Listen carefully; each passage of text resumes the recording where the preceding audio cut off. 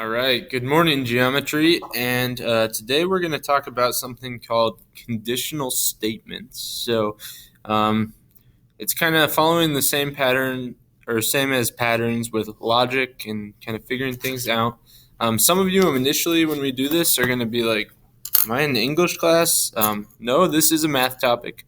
Okay, but we're dealing with logic and figuring out kind of how the world works. And so our introduction to that, it is kind of wordy with conditional statements, a little more to write, but just go with it for a little while. This is one of the important parts of geometry as we try to make sure we understand how we're going to kind of prove what we know about the world in math.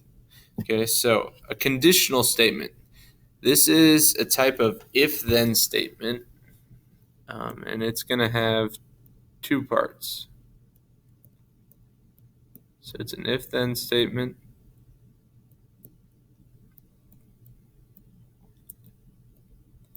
that has two parts, a hypothesis and the conclusion. Okay, and as we're taking this, it's kind of up to you on what you want to do. If you want to write all this down, that's great. If not, maybe take a picture of it, a screenshot of it, some way that you can save this information. So if-then form of a conditional means we have both the word if and then in there. And the if part is going to contain the hypothesis. That's what comes first.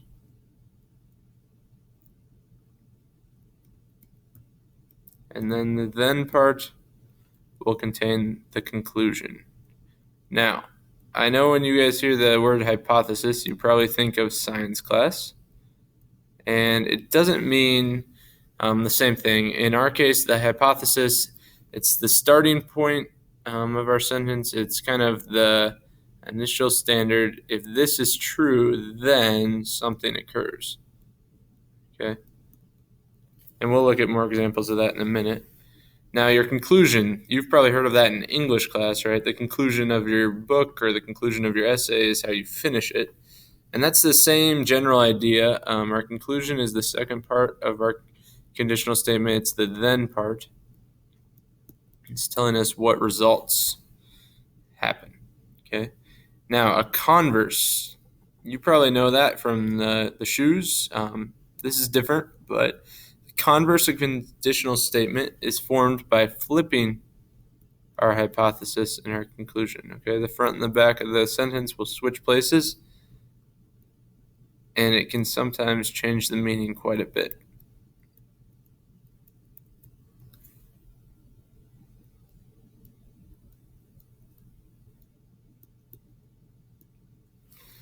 All right, then finally, equivalent statements are when two statements are both true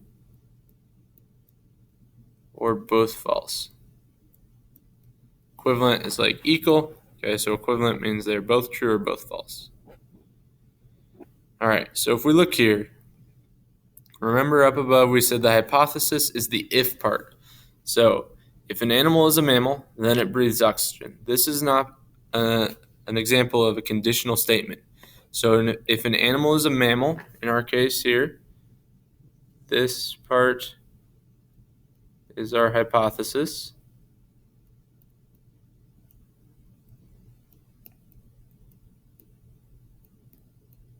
Sorry, not my best handwriting.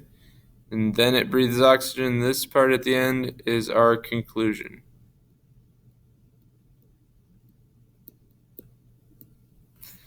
And technically, let me maybe do a better job of this.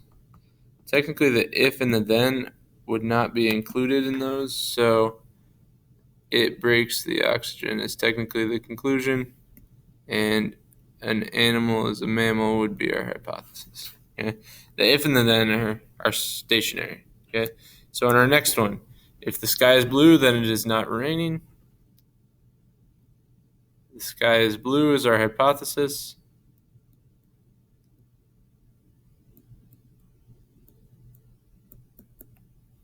And it is not raining is our conclusion.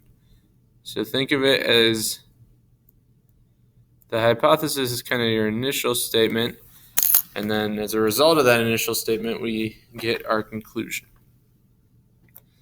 All right, so now, sometimes our sentences are not given to us in if-then form, and we have to put them into a conditional statement. So I'll go ahead and type these so it's a little easier to read, but this first one, 2 points are collinear when they lie on the same line.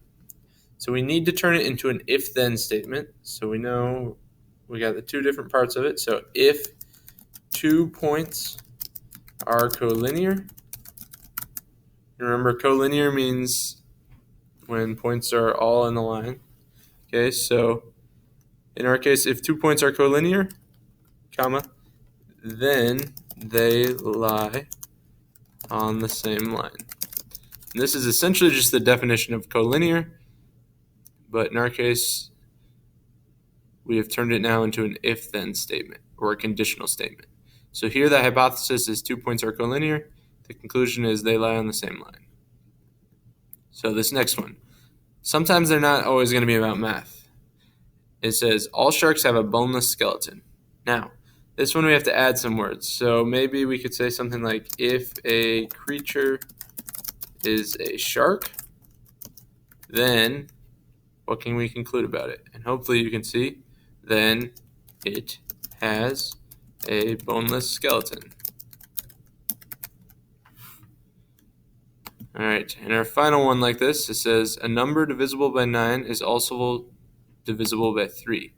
Okay, so once again, we got to start with if a number is divisible by 9, then it is also divisible by 3. So that's putting it into if-then statements. On this last one, a number is divisible by 9 would be the hypothesis. It is also divisible by 3 would be our conclusion. Okay, so now, writing a counterexample. Here we have an if-then statement. It says if a number is odd, then it is divisible by 3. We want to try to come up with a counterexample for it. Okay, so in this case, we need to come up with what is an odd number that's not divisible by 3. So 3 is an odd number, but that's divisible by 3. 9 is an odd number, but that's divisible by 3. However, there's quite a few. We could use 11, we could use 7, 17, okay, 19, lots of them. 11 is a counterexample because it's an odd number. It satisfies the hypothesis, but it doesn't satisfy the conclusion. So our example of finding a counterexample, we need to satisfy the hypothesis but not the conclusion. Okay, so this next one, if x squared equals 16, then x equals 4. Now, that is true. 4 squared does equal 16. However, we could also have x equal negative 4. Negative 4 squared also gives us 16, so it satisfies the first part. It does not satisfy the second part. All right. So now, converse, as we were talking about. Converse, this is kind of our last thing for today, is when we switch the hypothesis and conclusion. So, if we look here, it says if the measure of angle A equals 30 degrees, then angle A is acute. So first, let's decide, is that true or false? And in our case, that is true because the definition of an acute angle is less than 90. So if angle A is 30 degrees, then it has to be acute. Okay, now we're going to write this converse. In the converse, the if and the then stay where they are. So I'm going to do if, but then instead of this first part, these two underlined parts switch places. So if angle A is acute, then the measure of angle A equals 30 degrees. So notice the if and the then stayed in their places. Angle A equals 30 and angle A is acute switch places. So now if angle A is acute, then the measure of angle A equals 30 degrees. Do we think that's true or false? And let's think for a second. Angle A is acute. That means it has to be less than 90. However, it does not have to be 30. Okay, so that's going to be false. And if we want to provide a counterexample to prove that it's false, I could just say angle A, or the measure of angle A equals 27 degrees. Okay, that would work. 32, 46. Any number besides 30 that's less than 90 would be a counterexample. All right, so now one more, then we'll be done for the day. It says, if there is snow on the ground, then flowers are not in bloom.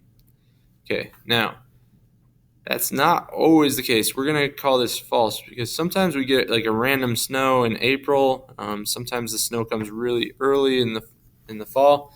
Okay, so this is false. And now we need to once again switch our hypothesis and our conclusion, which I just underlined. So the if and then stay place. So if and then flowers are not in bloom,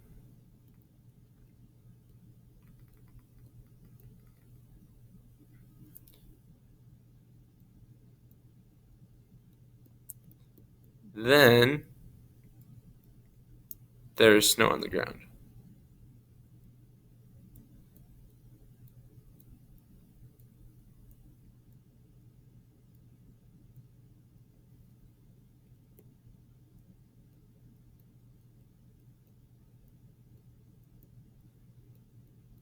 All right, so think, is that a true statement? Sorry, my handwriting right now is not the best, but if flowers are not in bloom, then there is snow on the ground. So do you think that's true or false? And I'd say in Indiana, that would be false. There's been lots of times around Christmas time when we don't have any snow, even though there's not flowers out, there's no snow. Okay, so don't worry too much about the concept of this. Is it true or false for the flowers? I'm more focused on the converse. We understand we switch. So right here, you might want to write this: converse, switch the hypothesis and conclusion. The if and the then statement switch. So please complete today's brief activity. It'll just be a few questions on its learning. Then remember, tomorrow we're going to have another quizzes. Friday is your day to catch up, okay? I'm not giving you anything new. However, if you're behind, please get caught up. Let me know if you have any questions, and I'll talk to you later. Bye.